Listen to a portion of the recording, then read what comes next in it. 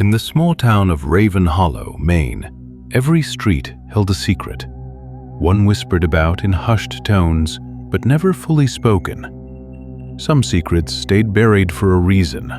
When they rose, something else rose with them. Ethan and Nora Miller, horror writers from Chicago, were exhausted from city life and searching for silence. When Ethan discovered an old Victorian mansion listed for an unbelievably low price, it seemed like fate. The mansion stood at the edge of Raven Hollow, surrounded by dense pine trees. Time had barely touched it. The wooden floors creaked, stained glass windows filtered the light into eerie colors, and the vast fireplace seemed almost large enough to swallow someone whole. The realtor mentioned the last owner had died peacefully, but no one in town ever spoke about him. For the first few days, the couple found peace in the isolation. But on the fourth night, the calm fractured. Ethan heard a soft thump echoing from the basement. He went down with a flashlight, the air thick with mildew and silence. In the corner, a rocking chair swayed slowly as though someone had just left it. In front of it sat an old wooden trunk, rusted and sealed by an iron latch. Something shifted inside the trunk, a faint movement, almost like breathing. Ethan forced the lock open. A burst of cold air escaped, and inside he found a porcelain doll wrapped in red cloth, lying atop a brittle, leather-bound book. The first page warned against unsealing what it called the Crimson Widow. Curiosity overpowered caution. He unwrapped the cloth, revealing a cracked doll with pale, white eyes and a burned red dress. The air turned colder, heavier. Ethan carried the doll upstairs and placed it in his study. That night, the house stirred. Whispering voices drifted through the halls, soft and broken. Footsteps echoed outside the bedroom door, deliberate and heavy. The next evening, the lights in Ethan's study flickered and burst. A scream rang out from outside, and on the porch lay a dead, black cat, its neck twisted, eyes missing. Ethan's fascination with the book deepened.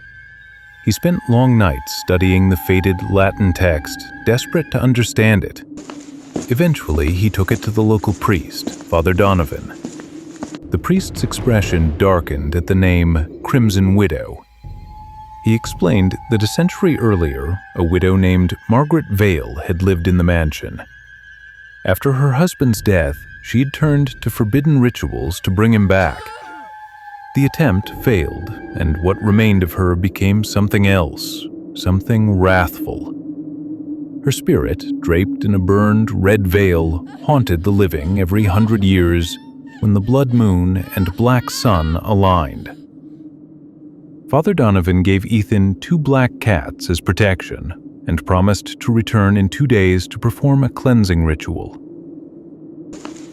2 nights later, the priest returned, carrying bones, salt, and red candles that burned with a blue flame.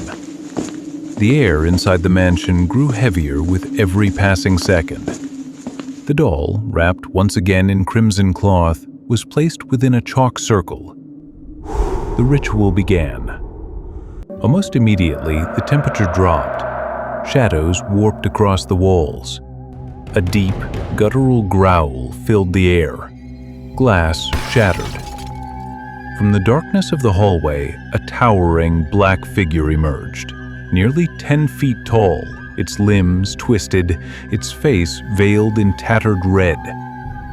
The candles went out, and the entire house fell into darkness.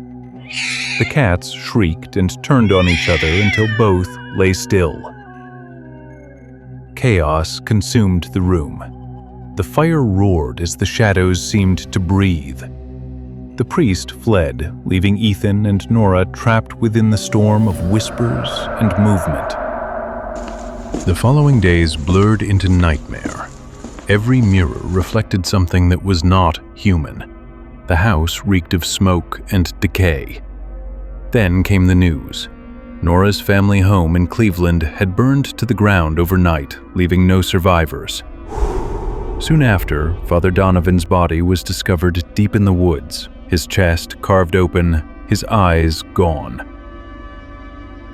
Desperation overtook Ethan. He decided to burn the trunk and end everything. But when he entered the study, the doll was there again, restored, sitting atop the trunk, staring with lifeless eyes. Moments later, Nora's scream echoed through the house. Ethan ran toward it, finding her in front of a mirror, pale and trembling. Behind her stood the towering shadow, glowing faintly red beneath its veil.